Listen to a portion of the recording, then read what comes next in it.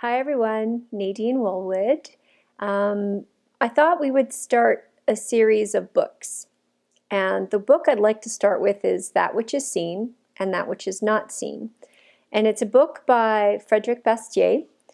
Frederic Bastiat is a political economist, one of the most famous of his time. He was born in 1801 and died in 1850. His philosophies continue to have a significant influence on libertarians, free market advocates, classical liberal, fiscal conservatives today. Some of the more recent names that probably he's influenced their work are Milton Friedman, Hayek, Ludwig von Mises, so from the Mises Institute. The book itself is basically talks about the unintended consequences of government spending. So I thought it would be, after an election, a pretty good place to start our book reviews.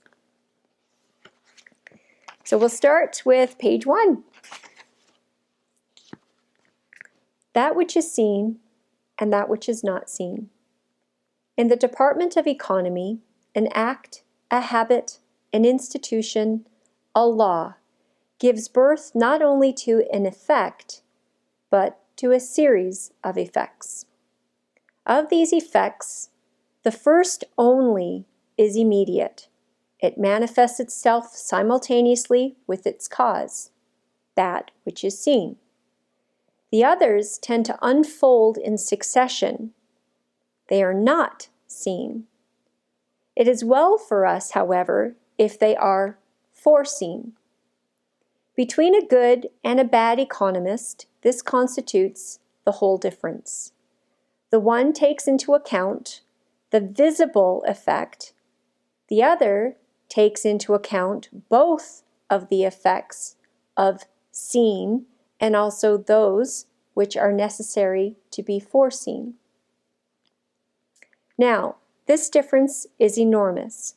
For it almost always happens that when the immediate consequence is favorable, the ultimate consequences are fatal. Hence, it follows that the bad economist pursues a small present good, which will be followed by a great evil to come, while the true economist pursues a great good to come, sometimes at the risk of a small present evil. In fact, the same in the science of health, arts, and in that of morals. It often happens that the sweeter the first fruit of a habit, the more bitter the consequence. Take, for example, debauchery, idleness. When therefore a man absorbed in the effect which is seen has not yet learned to discern those effects which are not seen, he gives way to fatal habits, not only by inclination, but by calculation. This explains the fatally grievous condition of mankind. Ignorance surrounds its cradle. Then its actions are determined by their first consequences, the only ones which, in its first stage, can be seen. It is only in the long run that it learns to take account of the others. It has to learn this lesson from two very different masters, experience and foresight. Experience teaches effectually, but can be brutal. It makes us acquainted with all the effects of an action by causing us to feel them personally. And we cannot fail to finish by knowing that fire burns if we have been burned ourselves. For this rough teacher, I should like, if possible, to substitute a more gentle one. I mean foresight. For this purpose, I shall examine the consequences of certain economical phenomena by placing in opposition to each other those which are seen and those which are not seen. So what is he trying to say? For one, people seem to think that economics is extremely complex.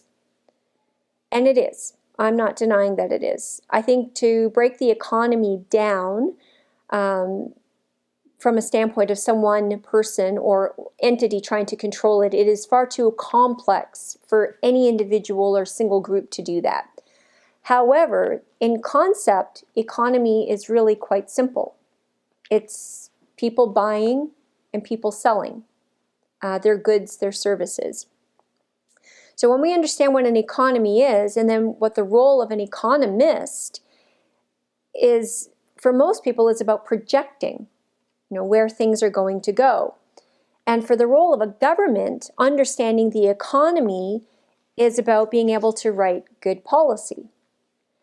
And this particular chapter highlights the fact that for every action, in essence, there is a reaction.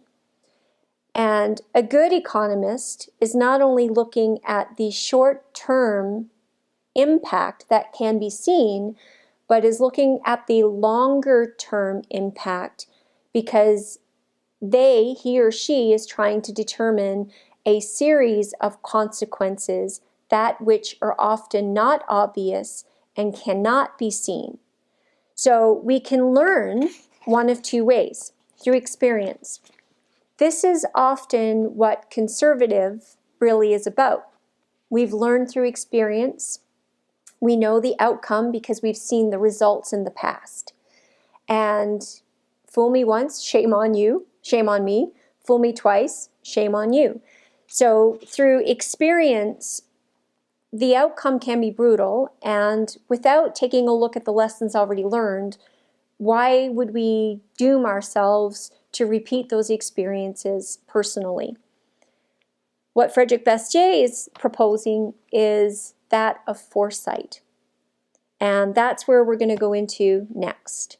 We can take a look at foresight of those consequences that are not seen and look past the immediate consequence of which can be and is seen.